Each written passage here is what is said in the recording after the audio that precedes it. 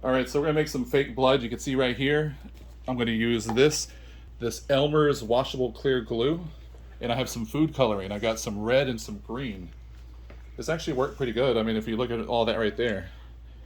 So all we're gonna do is we're gonna put a little bit of glue in here. I've seen where people will do like red and some blue, but I think this the green really works. So we're gonna mix some of this red. I'm gonna stir it so y'all can see. See, it already looks good right there.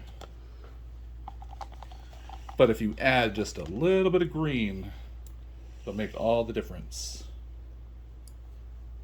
You don't want to add too much, because then it'll be like kind of like zombie looking, almost like a really dark color.